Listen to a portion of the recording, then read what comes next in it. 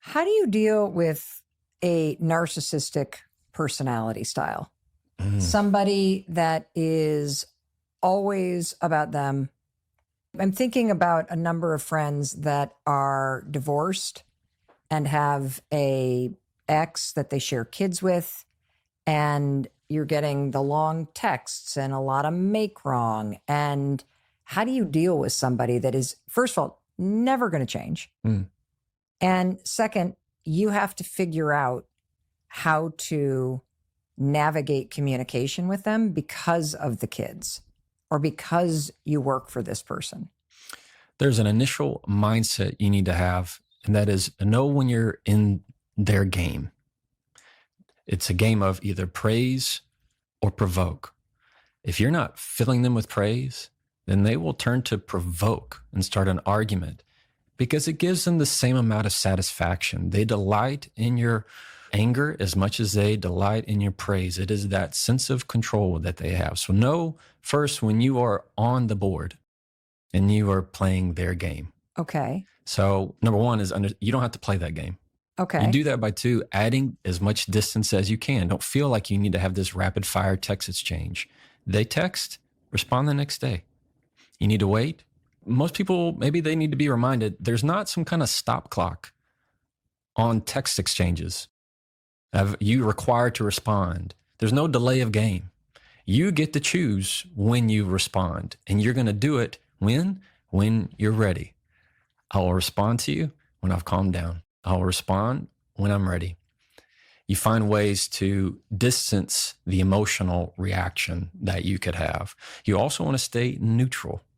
And that means you say very boring things like, I understand. Noted. Good to know. Got it. These short little things that are going to give them nothing to feed on. Because if you think you're going to solve all your problems in giving them that paragraph of a text, and you think you really just gave them 100 words of pure amazingness that's going to shut them down and change your life, you're kidding yourself. Because what they'll do is just pick out one word from that paragraph and twist it and not acknowledge anything that you said. So less is always better when it comes to communicating with those type of behaviors and tendencies. Wow. How do you broach with somebody who you care about, who's like in a bad mood or they're really intense and they're that way a lot? Because I've tried to, and it feels like poking a grizzly. Like, are you upset about something? Or, like, is there like, why? Like, well, I don't think there's a better way to approach are you thinking about something? It's this idea of that whatever they say, you need to be a safe space for. Because I always want to be the person that my kids can come to with problems. And if I teach them that when you come to me and you're hurting or you're in a bad mood or you're grumpy, and I don't like that and I don't accept that and I don't want that, when you're in trouble, don't come to me. You're not a safe space for that. They'll go be real somewhere else. I can be grumpy. I can be in a bad mood. And so often you have to remember that when you're talking to somebody that's a spouse or a kid and they are grumpy and you poke that bear, they should be in the safest space of their life to be able to tell you, the person who loves them, how they're feeling genuinely, authentically. If it's somebody who you don't know that well, you probably don't want to ask that question, but you might want to say, how are you feeling? But I'd be careful on assuming that they're feeling a certain way. Now, if we want to tweak this and say, what if somebody sends you something that's rude, like a rude comment, that you read an email and it's rude, the kind of thing that you're like, I can't believe this. Can you believe that somebody would send this? Hey, so-and-so, come here. Look at this. You see what they read? Can you believe that? It's did you mean to sound rude? Did you mean for that to sound disrespectful? The did you mean is always a great tweak, and you can use that as well. Did you mean for that to sound so harsh? Did you mean to teach us all how to be better communicators? Yes, I did. Yeah, I did. But it really does help. Anytime you find something that we use this a lot is that, did you mean for that to sound short? You get that text, I do that even with my dad. because my dad's like the one word texter. So Classic. Yeah. So I have to say, did you mean for that to sound short?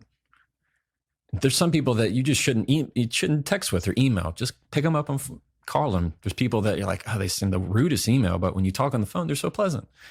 You just know that's not their best mode of communication. How is it that you learned to assume good intent about people? Yeah, believe it. There's a sense that goes to who you are and just your philosophy on life. And I believe that most people are good. They want to do good.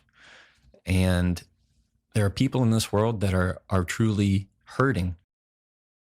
And they came in hurting long before they met me.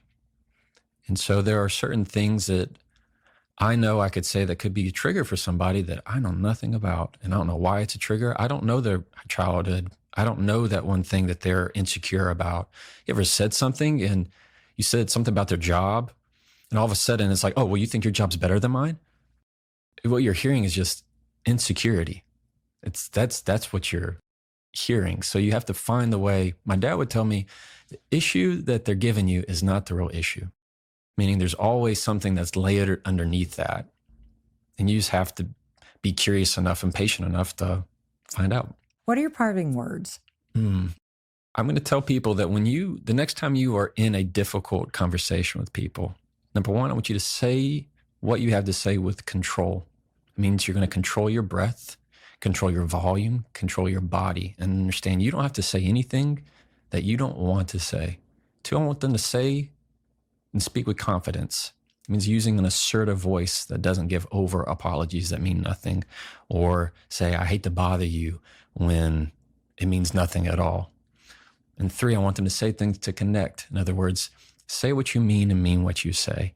If you need to deliver bad news, deliver it. If you need to give a compliment, give it. And at the end of the day, they need to follow their heart and be true. If you enjoyed that clip and want to see the rest of the conversation, you can click right here. Or if you want to see the latest episode of the Jefferson Fisher podcast, click right here and I'll meet you there.